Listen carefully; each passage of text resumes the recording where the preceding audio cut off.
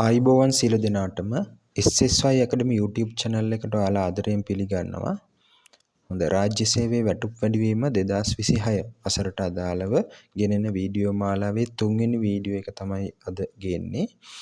මේකෙදි සාකච්ඡා කරන්නේ MN2 grade 3 වල සිටින නිලධාරීන්ගේ කොහොමද 2026 වසරේදී වැටුප වැඩි වෙන්නේ මූලික වැටුප වැඩි වෙන්නේ කොහොමද කියන එක ගැන අපි මෙහිදී පැහැදිලි කිරීමක් කරනවා. අපි යමු වීඩියෝ එකට ඉක්මනටම. හොඳයි වැටුප් වර්ධක ප්‍රමාණය අනුව තමයි මේක වෙනස් වෙන්නේ. MN2 grade 3 වල සිටින දැනට වැටුප් වර්ධක ලබා නොමැති නිලධාරියෙක් සලකා බැලුවොත් එයා දැන් ලබනවා මූලික වැටුප විදිහට 43549ක්. 2026 ජනවාරි වල මූලික වැටුප වැඩි වෙන්න තියෙනවා 2460කින්.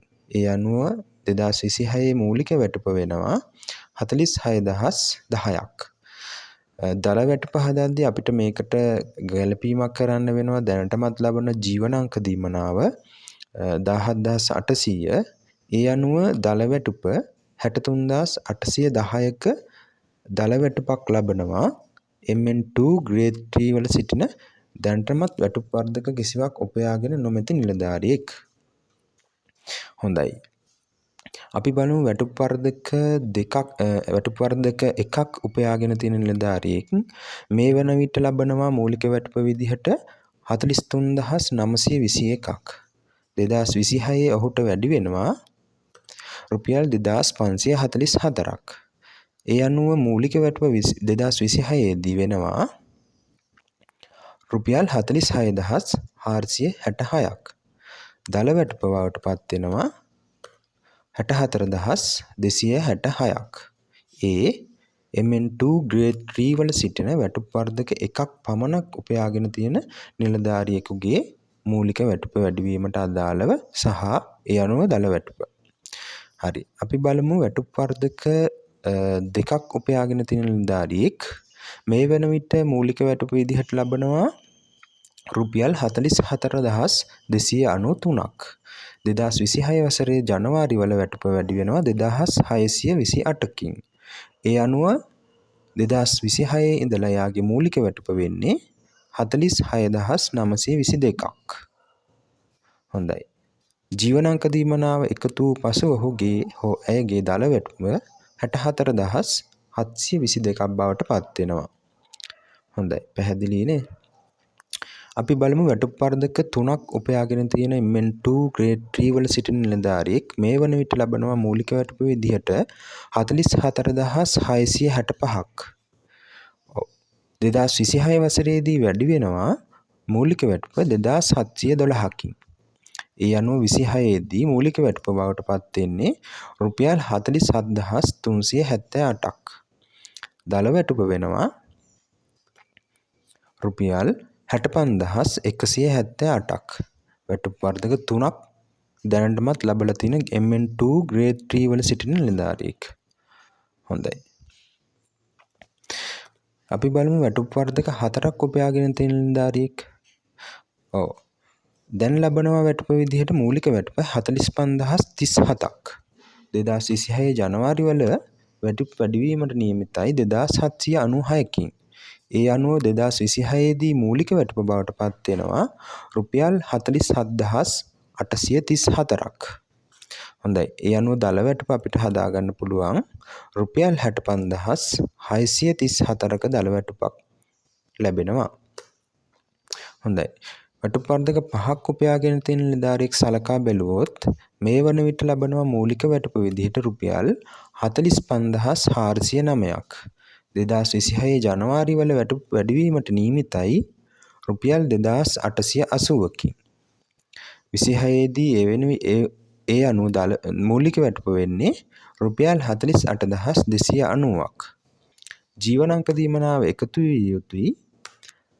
ඒ අනුව දල වැටුප විදිහට 66090ක මුදලක් ලබනවා. හොඳයි.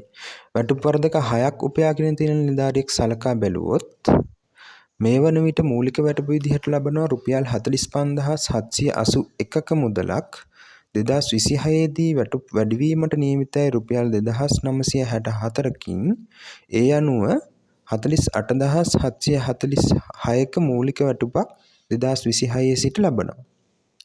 2026 දී ලබන මූලික වැටුපට ජීවනාංක දීමනාව එකතු වූ පසු දල වැටුප විදිහට 66546ක් ලැබීමට නියමිතව තියෙනවා. හොඳයි. අපි බලමු වැටුප් වර්ධක 7ක් උපයාගෙන තියෙන නිලධාරියෙක් මේ වන විට මූලික වැටුප විදිහට 46153ක් ලබනවා. 2026 දී වැටුප් වැඩිවීමට නියමිතයි රුපියල් 3048කින් 49202ක් වෙනවා 2026 දී මූලික වැටුප.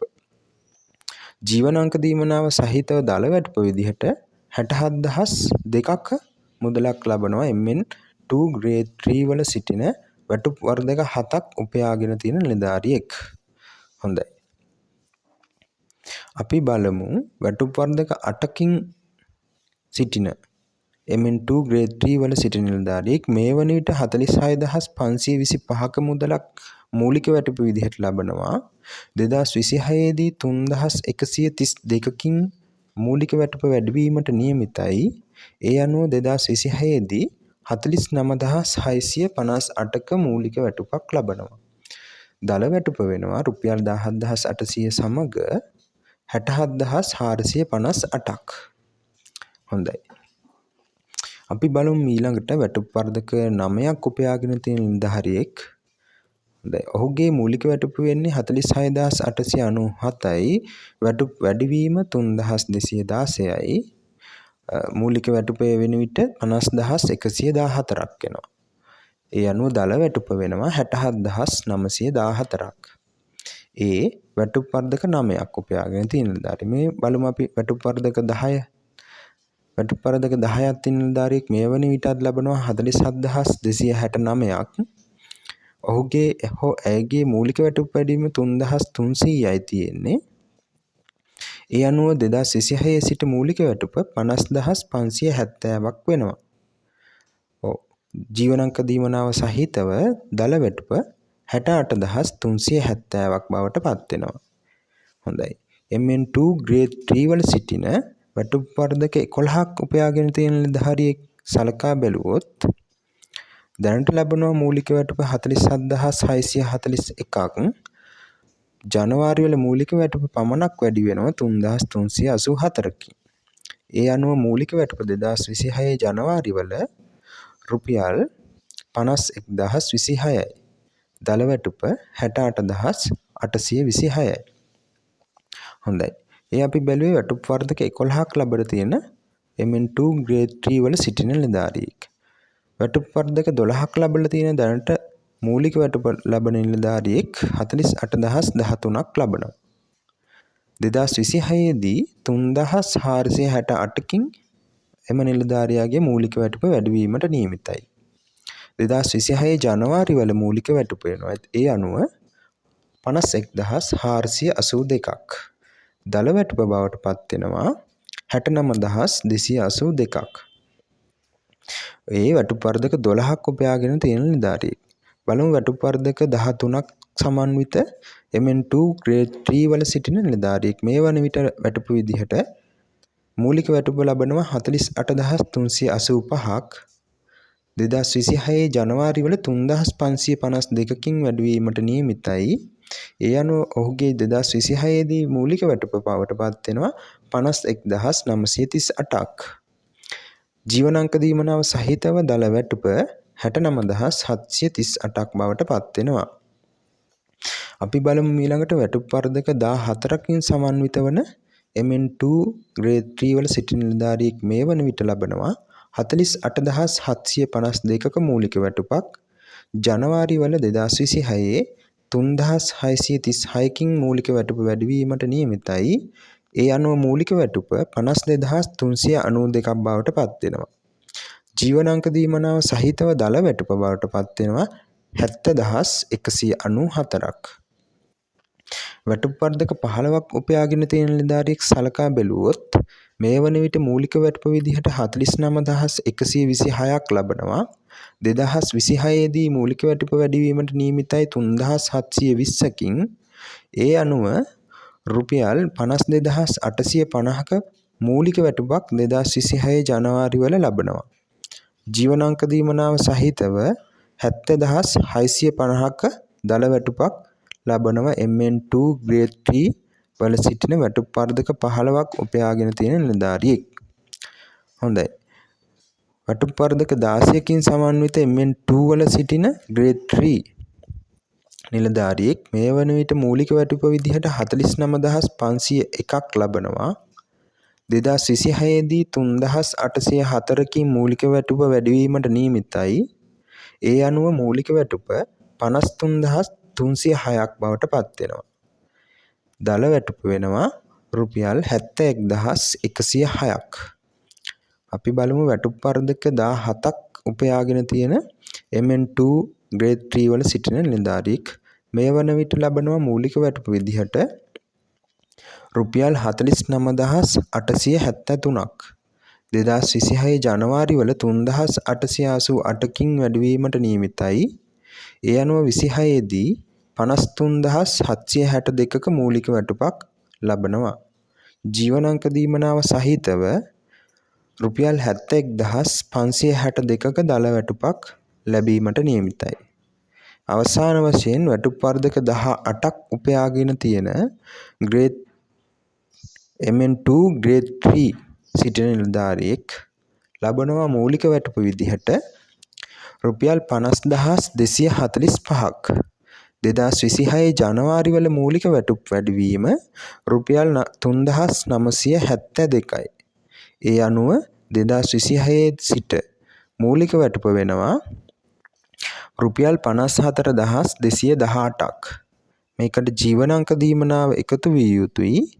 ඒ අනුව MN2 grade 3 වල සිටින නිලධාරියෙක් වැටුප් වර්ධක 18ක් උපයාගත් නිලධාරියෙක් දළ වැටුප වෙනවා රුපියල් 72018ක්. හොඳයි. අපි සාකච්ඡා කරේ MN2 grade 3 වල සිටින MN2 වැටුප් පරිමාණයේ තුන්වෙනි ශ්‍රේණියේ සිටින නිලධාරීන්ගේ ඔවුන් උපයාගත් වැටුප් වර්ධක ප්‍රමාණය අනුව මූලික වැටුප වැඩි වෙන්නේ කොහොමද? ඒ අනුව දළ වැටුප වෙන්නේ කොහොමද කියන එක. හොඳයි. වීඩියෝ එක පැහැදිලි කියලා මම හිතනවා. මේ වගේම වැටුප් වැඩිවීමට අදාළව අපි තව වීඩියෝ එකක් ගෙන් බලාපොරොත්තු වෙනවා. අපේ channel එක තාම subscribe කරලා නැත්නම් subscribe කරන්න කියලා ඉල්ලා සිටින ගමන් සියලු දෙනාටම සුබ දවසක්.